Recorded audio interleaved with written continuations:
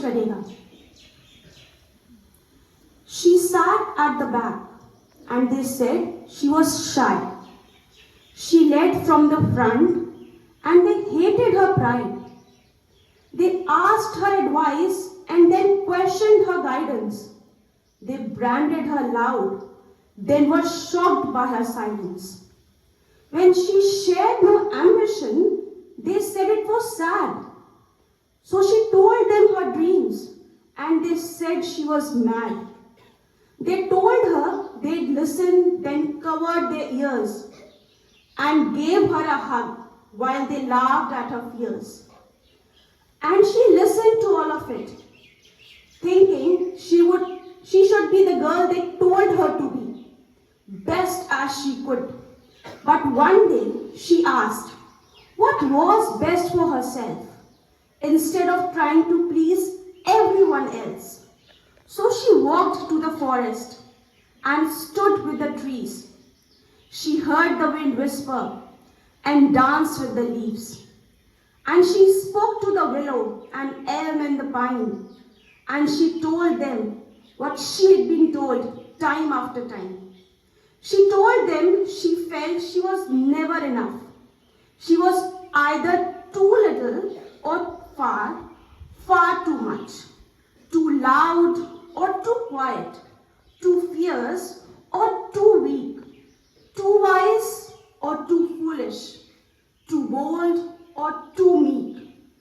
Then she found a small clearing surrounded by ferns, and she stopped and she heard what the trees said to her. And she sat there for hours, not wanting to leave, for the forest said nothing. It just let her breathe. It just let her breathe. You know what is said in this poem? क्या कह रहे हैं? एक female कुछ भी करती है, अगर वो हाउसवाइफ या हाउस मेकर है तो कहते हैं अरे क्या है, ये तो घर का ही काम करती है। अगर वो बाहर वर्किंग वुमेन है तो क्या कहते हैं, करियर ज्यादा इंपॉर्टेंट है, देखो फैमिली को ऐसे ही छोड़ दिया। अगर वो ऐसी शैबली ड्रेस होकर रहती है, ऐसी रहती है, देखो कितनी बेवकूफ लगती है ना, इसको बिल्कुल ड्रेसिंग सेंस नहीं है, क्या है। अगर अच्छे से रहती है, बड़ी ओवर स्मार्ट बन रही है, जाने किसको दिखाना है। We tend to judge females in each and every step. और मजे की बात क्या है, कौन जज करता है? लड़कियां ही जज करती हैं आपस में, ज्यादा मेजॉरिटी लड़के तो जो कर रहे होते हैं that is other factor, but you know resistance ज्यादा कहां से आता है, गर्ल्स की तरफ से। लेकिन ये क्यों आता है, क्यों आता है?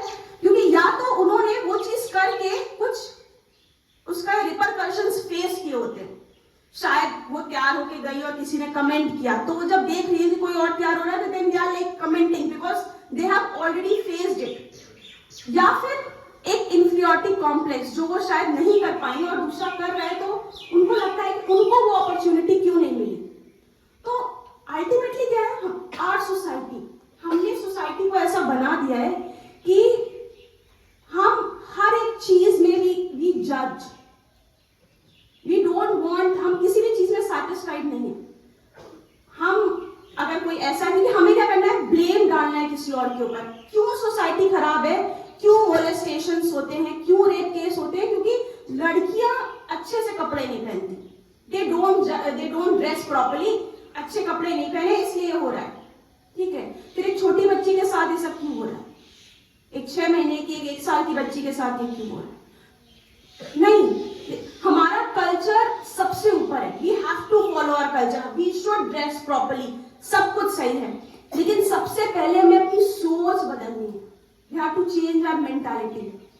हम दुर्गा पूजा में औरतों को पूजते हैं, है ना, और उसी दुर्गा पूजा के मेले में लड़कियों को छेड़ा जा रहा होता है, उसी दुर्गा पूजा के मेले में एल्बोज मारी जा रही होती है, होता है ना ऐसा, फेस करा होगा यहाँ सब बच्चियों ने। ये है डबल फेस स्ट्रक्चर्ड सोसाइटी, जहां एक तरफ हम भगवान के मात्र रूप की पूजा कर रहे हैं और दूसरी तरफ वी आर नॉट रिस्पेक्टिंग जो सामने है, जो रियल है। भगवान तो एक डिवाइन एनर्जी है, लेकिन जो